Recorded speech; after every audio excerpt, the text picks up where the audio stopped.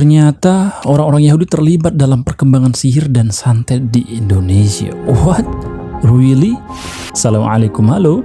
Ini adalah episode kedua dari Jangan Judge Yahudi sebelum kamu tonton video ini. Kali ini kita akan bahas perihal yang lagi viral. Apaan tuh? Apalagi kalau bukan Kang Udin. Bukan, tapi sejarah Islam dan kaitannya dengan Yahudi.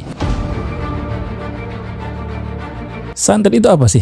Apa dia sama dengan sihir? Kalau menurut salah satu petinggi Perduno, singkatan dari Perdukunan Nusantara, sihir itu beda dengan santet. Sihir itu adalah ilmu hitam, santet itu ilmu putih. Dia mendefinisikan santet sebagai ilmu putih karena dalam santet itu ada yang namanya pengasih. Dalam Islam, istilah itu disebut dengan mahabbah. Katanya begitu.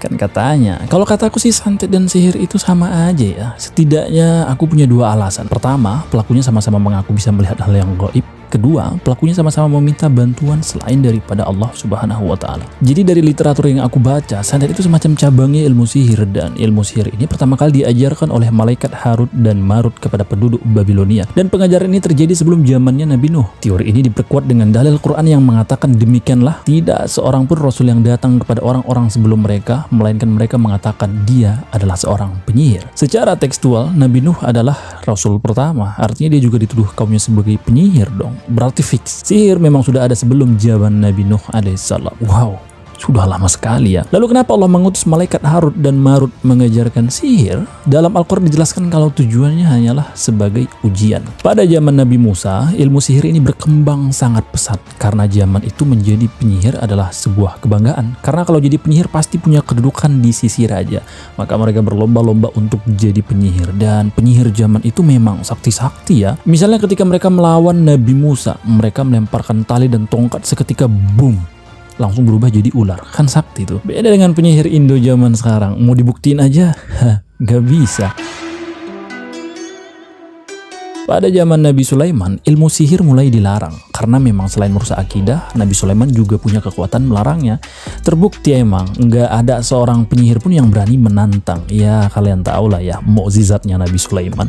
Jin Ifrit aja segan, apalagi cuma dukun. Ya, lewat lah ya kan. Nabi Sulaiman memerintahkan kaumnya untuk mengumpulkan semua jenis sihir, baik itu buku-buku, jimat, dan lain-lain. Semua benda-benda itu ditanam di bawah singgasananya. Hingga setelah beliau wafat, setan membisikkan pada orang Yahudi kalau sebenarnya Nabi Sulaiman itu seorang penyihir. Dia bisa menjadi raja yang disegani itu ya berkat sihir, bisa memerintah jin juga karena sihir, dan ilmu-ilmu sihirnya itu ia tuangkan dalam buku yang tertanam di bawah singgasananya.